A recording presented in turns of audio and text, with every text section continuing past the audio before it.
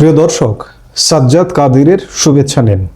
এই মুহূর্তে আপনাদের সামনে কথা বলতে এসেছি দিল্লির কপালে চিন্তার ভাঁজ, বাংলাদেশ পাকিস্তান প্রতিরক্ষা চুক্তি।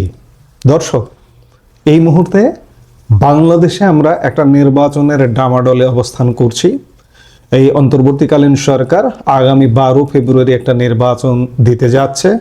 বিতর্কিত নির্বাচন নিঃসন্দেহে, কিন্তু এই নির্বাচনের যদি ফলাফল এই বিতর্কিত সরকার বিতর্কিতভাবে তাদের পক্ষে অর্থাৎ তাদের পছন্দের যে সরকারটি বসাতে চাইছে সেই সরকারটি যদি বসায়, তাহলে বাংলাদেশ এবং পাকিস্তানের মধ্যে একটা প্রতিরক্ষা চুক্তি হবার সম্ভাবনা উড়িয়ে দেওয়া যায় না। কারণ ইউনূস সরকার ইতিমধ্যে এই প্রতিরক্ষা চুক্তির ব্যাপারে প্রাথমিক গ্রাউন্ড ওয়ার্ক করে ফেলেছে।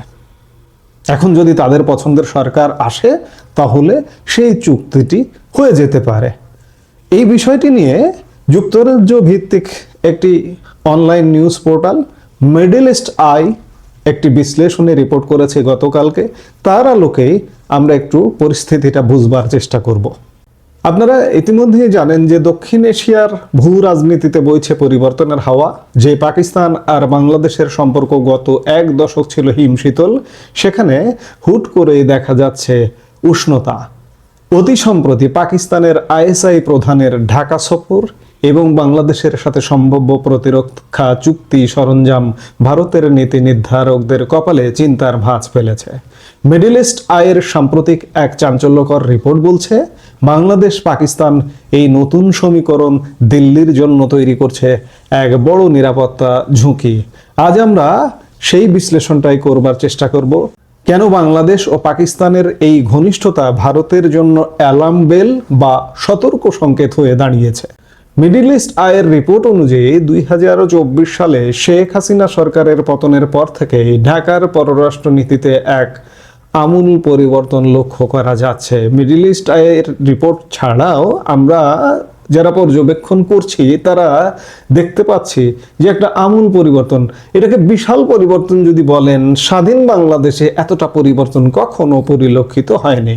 শেখ হাসিনা ভারতের সাথে যে নিরাপত্তা ভারসাম্য বজায় রেখেছিলেন, বর্তমান অন্তর্বর্তীকালীন সরকার সেই বলয় থেকে বেরিয়ে এসে আঞ্চলিক সম্পর্কের বৈরী খুঁজছে।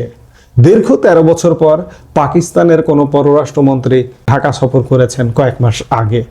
আর সবচেয়ে আলোচিত ঘটনা ছিল 2025 সালের জানুয়ারিতে পাকিস্তানের গোয়েন্দা সংস্থা আইএসআই প্রধান লেফটেন্যান্ট জেনারেল আসিম মালিকের ঢাকা সফর। 1971-এর পর যা আগে কখনো ঘটেনি, এবং তাকে উষ্ণ অভ্যর্থনা দেওয়া হয়েছিল।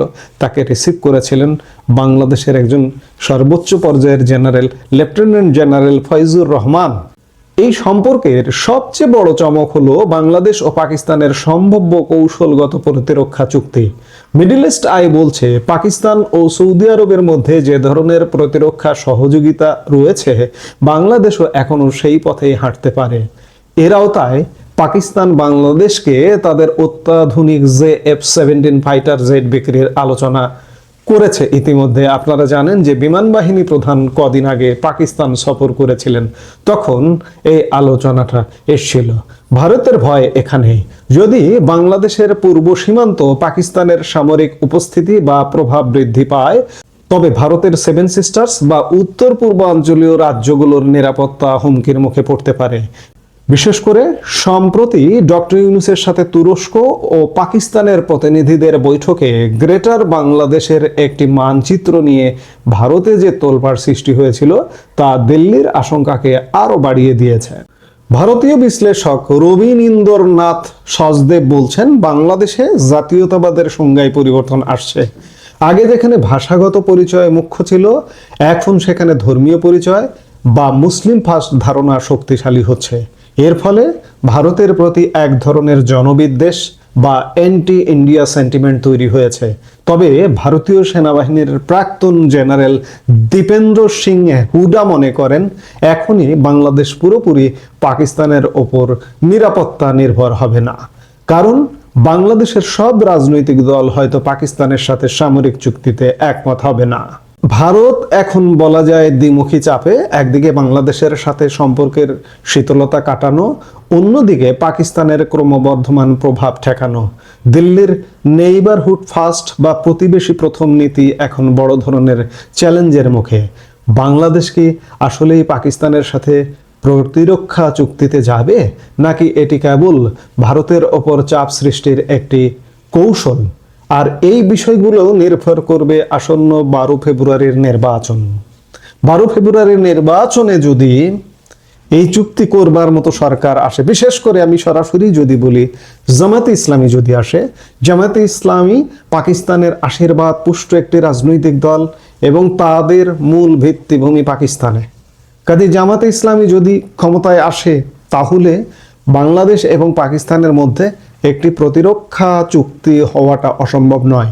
এই প্রতিরক্ষা চুক্তি নিয়ে আমি নিজেও বেশ কয়েক মাস আগেই ভিডিওতে বলেছি যে নির্বাচন পরবর্তী সময়ে নির্বাচিত সরকার যদি পাকিস্তান এবং বাংলাদেশ একটি প্রতিরক্ষা চুক্তি করে এবং সেই চুক্তির আওতায় যদি ভারতকে নিশানা করে, সেই চুক্তির পয়েন্টে যদি থাকে যে বাংলাদেশের মতো বাংলাদেশের উপর আক্রমণ মানে পাকিস্তানের উপর আক্রমণ, কিংবা পাকিস্তানের উপর আক্রমণ মানে বাংলাদেশের উপরে আক্রমণ, এক দেশ আর এক দেশের পক্ষে দাঁড়াবে, এমনটা যদি হয়, তাহলে মাঝখান থেকে বাংলাদেশ যে মহা বিপদে পড়বে সেটি বলার অপেক্ষা রাখে না।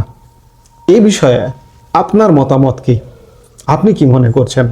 বাংলাদেশ কি পাকিস্তানের কাছে সঁপে দেবে, বা বাংলাদেশ কি 1971 সালের পরে পাকিস্তানের কাছে আবারও হেরে যাবে, পাকিস্তানের ষড়যন্ত্রের জালে ফেদে যাবে কিনা? এটি নির্ভর করছে আগামী নির্বাচনের জয় পরাজয়। যদি এখানে জামায়াতে ইসলামী জেতে, তাহলে বাংলাদেশ 71-এ যে আমাদের মুক্তিযুদ্ধের মাধ্যমে যে একটা স্বাধীন বাংলাদেশ আমরা পেয়েছিলাম, আবার 71 পূর্ব বাংলাদেশে ফিরে যাওয়া কিংবা একটা পাকিস্তানিকরণ প্রবণতা এখানে পড়তে পারে। এ বিষয়ে আপনি কি ভাবছেন? কমেন্ট বক্সে আপনি আপনার মতামতটিও জানাতে পারেন, এবং আপনার মতামতটি আমরা গুরুত্ব সহকারে বিবেচনা করি বিধায় আপনার মতামত চাইছি। এই মুহূর্তে এ পর্যন্ত। সবাই ভালো থাকুন, সুস্থ থাকুন। আমাদের ভিডিওগুলো নিয়মিত পেতে সাবস্ক্রাইব করুন Sajjad Kadir and the legends YouTube channel, এবং লাইক, কমেন্ট, শেয়ার করে সাথে থাকুন।